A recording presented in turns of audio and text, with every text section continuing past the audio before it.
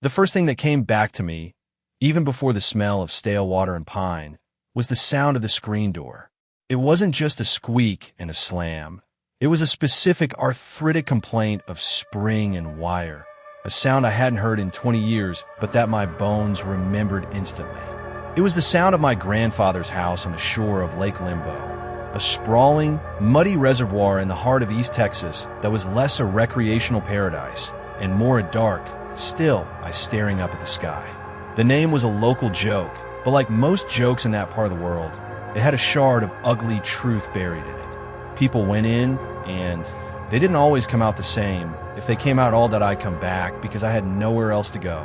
My life in Houston had crumbled with a finality that was almost impressive.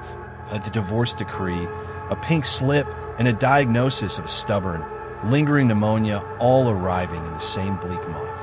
The old house, left to me after my grandfather's passing 5 years back, was supposed to be a temporary refuge, a place to convalesce, to sell off, to escape from.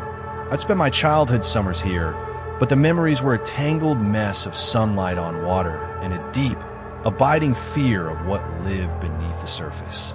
My grandfather, a silent and superstitious man, had nurtured that fear. He called the lake hungry. The house itself was a long, low-slung thing of weathered gray clapboard, perched on a slight rise above a cove that was perpetually in shadow.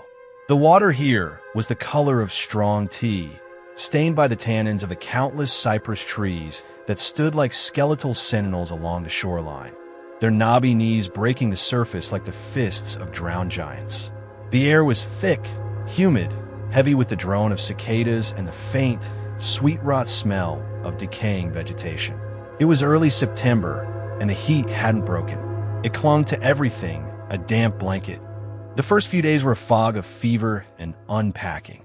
I slept fitfully on the same lumpy sofa I'd slept on as a boy. The floral pattern faded into ghosts of roses. The silence was the loudest thing I'd ever heard. It was broken only by the lapping of water against the rickety wooden dock and the occasional, distant cry of a bird. But at night, other sounds emerged. A soft, sucking sound from the lake's edge, like a boot being pulled from thick mud. A faint, rhythmic knocking from under the dock, as if someone were tapping on the pilings with a stone that I dismissed it as the house settling, the water playing tricks. I was sick after all. My mind was fuzzy with antibiotics and fever dreams. But the feeling of being watched was a constant, pricking at the back of my neck like a cold needle. It was a feeling I remembered from childhood, a low-grade terror that made the hairs on my arms stand up whenever I had to walk from the back door to the dock at dusk. My grandfather had rules. No swimming after dark. Never, ever swim near the cypress trees. And if you hear someone calling your name from the water, you don't answer. You come inside, and you lock the door down on the fourth night. The fever broke in a torrent of sweat. I woke up clear-headed, the moon casting a sickly silver sheen across the floorboards. And that's when I heard it clearly for the first time, unobscured by illness, a voice. It was a watery, distant sound, filtering through the screens of the house like mist. IT was a child's voice, or something mimicking one. It called a single word, drawn out and plaintive. Hello. I sat bolt upright, my heart hammering against my ribs. It came from the direction of the dock. A prank, I thought. Some local kids trying to scare the city slicker who'd moved into the old man's house. I stumbled to the back door, my body weak, but my mind sharp, and peered out into the darkness. The moon painted a wobbly path across the black water.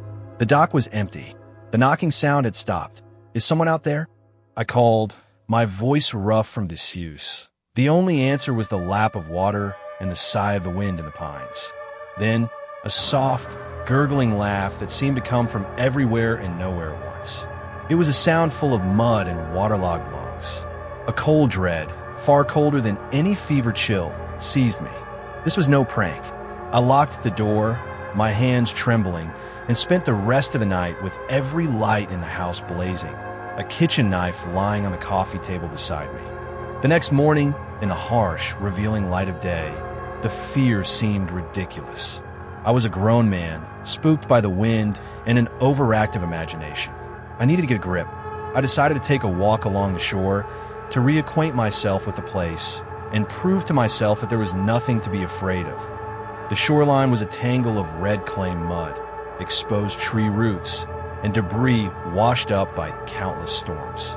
I walked slowly, my breathing still a little ragged, the smell of the lake filling my nostrils. It was then that I saw the first one. A shoe. A child's sneaker, old-fashioned, caked in dried mud and slime. It was wedged between two roots. A few yards further, I found a tattered, water-stained fishing cap that looked decades old. And then another shoe, a small woman's loafer. It was like the lake was slowly vomiting up fragments of lost things. I remembered a story my grandfather had told me, one I'd buried deep. He said Lake Limbo wasn't always a lake. In the 50s, they dammed the Sabine River, flooding a valley that held a small town called Jasper's Bend. They'd moved the cemetery, he said, or most of it, but some folks claimed not all the graves were accounted for. And there were others, he'd add, his voice dropping to a whisper, who never left their homes when the waters came. The stubborn ones, the old ones who said they'd be damned if they'd be moved by the government. Their houses, their lives, their bones were all still down there, under 90 feet of dark, cold water. The drowned don't always sleep easy, he'd said, staring out the cove. Sometimes they get lonely. I shook the memory away, a shudder running through me. Coincidence. The lake was always churning up junk.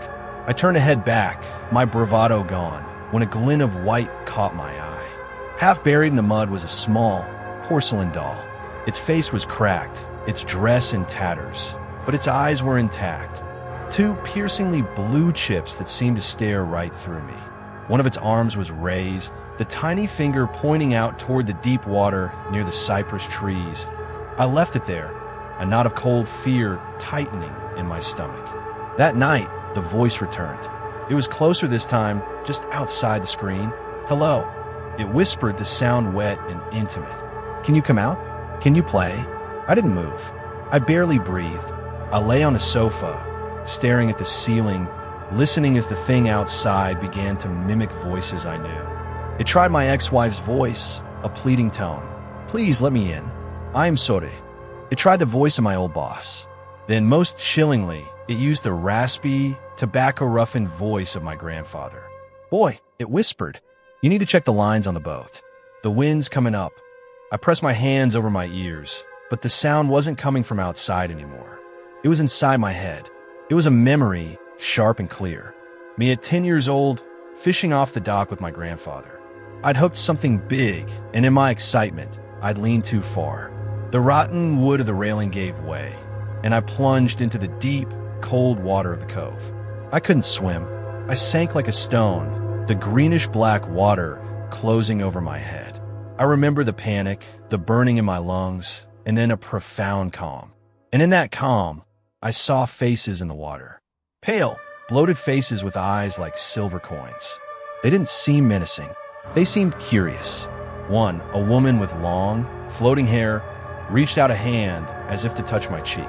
Then my grandfather's strong hand grabbed my collar and hauled me, sputtering and gasping, back into the world of air and light. He never spoke of the incident, but that night, I heard him on the porch whispering to the lake. Not yet. He's not for you. Not yet. I had forgotten. For 20 years, I had buried that memory under a mountain of city living and adult concerns. But the lake hadn't forgotten. It had been waiting. The following days blurred into a nightmare of sleep deprivation and growing terror. The presence outside became more bold. I'd see wet footprints on the porch in the morning. The knocking under the dock became a constant, maddening throb. The voice stopped asking and started demanding. Come out. Come to the water. It's time to come home. I stopped sleeping. I stopped eating. I looked at my gaunt, terrified reflection in the grimy bathroom mirror and saw a stranger. The pneumonia had returned, worsened by fear and exhaustion. My cough was a ragged, painful thing. I was too afraid to go into town for supplies. I was a prisoner in my grandfather's house. The climax came on a night when the air was perfectly still. There was no wind, no cicadas. The silence was a physical pressure. Then the voice came again, but it wasn't a whisper anymore. It was a chorus. It was the voice of the child, the woman, my grandfather, my ex-wife, and a dozen others I didn't recognize, all speaking in unison from the water's edge. "We are cold," they chanted, a sound of dripping water and despair. "We are so lonely. You were promised. You were touched." I couldn't take it anymore. A strange, reckless anger seized me. This was my house. This was my life. I grabbed the fireplace poker, a heavy iron thing, and flung the back door open. "Leave me alone," I screamed into the darkness. The cove was perfectly calm, the surface of the water like black glass. And they were there, standing on the water, dozens of them, translucent figures shimmering with a faint, phosphorescent glow. Men, women, children. Their clothes were from another time, the 40s, the 50s. Their faces were waxy and bloated, their eyes vacant pools. They stood motionless, staring at the house, at me. At the end of the dock, I saw the woman from my memory, the one with the long hair, her hands still outstretched. The child figure, a little boy in short pants, took a gliding step forward, his feet not breaking the surface. He smiled, a terrible, gaping smile. "You remember now," he said, his voice the gurgle of a clog drained. I stumbled backward, dropping the poker, my courage evaporating. I slammed the door and locked it, but I knew it was useless. Locks couldn't keep them out. They were already in. They were in my head, in my memories. I retreated to the farthest corner of the living room, pulling my knees to my chest, rocking back and forth. The voices stopped. The silence returned, more terrifying than before. An hour passed, then another. Maybe they were gone. Maybe I had imagined it all. A flicker of hope, pathetic and weak, sparked in my chest, and then I heard a new sound. A soft, scraping noise at the back door. Not the knob turning. It was the sound of the hook on the screen door being slowly, deliberately lifted from its eyelet. It was the sound I made as a child when I'd come home after dark. The main door, the wooden one, began to open. It swung inward without a sound, revealing the darkness of the porch. And then the screen door, with its arthritic squeak, swung open too. They didn't come in marching. They flowed. A wave of cold, wet air rushed ahead of them, extinguishing the lamps, plunging the room into a moonlit gloom. I could see their shapes filling the doorway, spilling into the room. The smell of stagnant water and deep earth filled my lungs. I tried to scream, but my throat was sealed shut by an invisible, icy hand. The woman from the water was the first to reach me. She knelt down, her form flickering, and her hand, cold as a fish from the depths, touched my fevered forehead. The touch wasn't violent. It was almost gentle, a welcoming shoo. She whispered, her voice a bubble rising to the surface. "The waiting is over. You've been so sick. The air is poison. The water is so much kinder. It's time to come home." The others gathered around, their pale faces expressionless. They didn't drag me. They lifted me. Their cold hands were under my arms, around my legs. I couldn't fight. I had no strength left. They carried me through the open door, across the porch, down the steps, toward the waiting lake. The moon illuminated the path they were taking, a path that led directly to the deep, dark water between the cypress trees. I didn't struggle. A deep, unnatural peace was settling over me, the same peace I'd felt as a boy drowning. The burning in my lungs ceased. The fear vanished. This was inevitable. This was what my grandfather had saved me from, only to delay it. This was my inheritance. They carried me onto the surface of the water. It held our weight like black ice.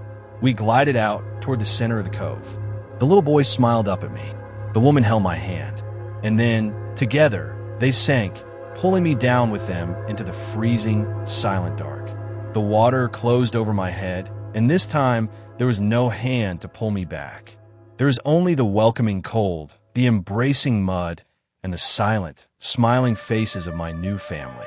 The last thing I saw before the darkness took me completely was the porch light of my grandfather's house, a single, golden eye watching from the shore before it winked out and was gone. Now, I wait. The water is cold, but we are never alone.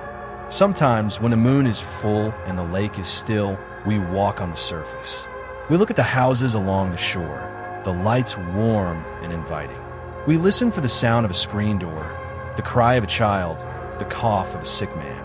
We are patient. We are hungry, and we are always listening for the next one who is promised, the next one who is touched, the next one who is almost ready to come home.